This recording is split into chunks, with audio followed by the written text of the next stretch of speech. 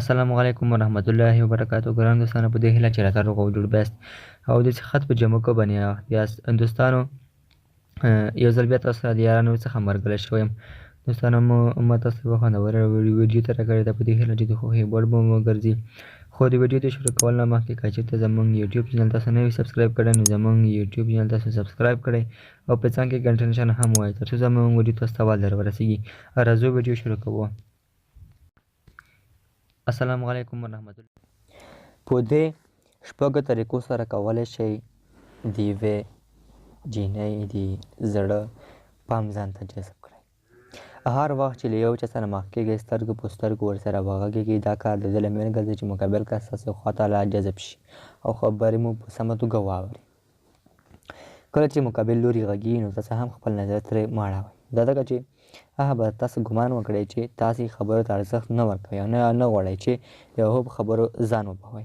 کله چې له کوم چا سره مخ کېږئ نو له هر څه نه مخکې ستاسې ظاهري بڼې ته ډېر پام کوئ. که چېرې خپله ظاهري بڼه مو نه وي منظمه کړې هغه به مو ستاسې په هکله منفي لید لري چې د دې سره به شته پوهه وړتیا او ځواک هم پټ پاتې شي. په دویم ګام کې د مقابل کس ستاسې بدني حرکاتو ته وي او کله چې کوټې ته دننه کېږئ یا د خبرو په وخت کې څه ډول کښېنئ او لاسونو ته حرکات ورکوئ هغه څه دي چې د مقابل کس ورته ډېر پام وي. که دا چاره هم په سمه او تاثیرناکه توګه ترسره کړئ د فکر او زړه به مو ځان ته جذب کړي.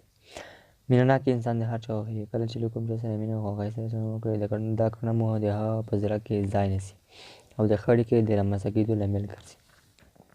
کله چې یوازې ته خبرې کوئ او مقابل شخص ته د خبرو کولو وخت ورنه کړئ هغه به له تاسو سره د غږېدو سره ستړی شي او بیا ځلې به هېڅکله له تاسو سره د مخ کېدو لپاره زړه ښه نه کړي. هر وخت چې له یو چا سره مخ کېږئ احترامانه ورسره چلند وکړئ او هڅه وکړئ چې مقابل کس مو ښه ته او لاسته راوړنې وستایي ځکه چې له تاسو سره مقابل کس ډېر د خوښۍ احساس کوي او تاسو سره یې علاقه نوره هم زیاتېږي. ملګرو دغه وه زموږ ویډیو په دې هیله چې د خوښۍ وړ مو وګرځېدلی.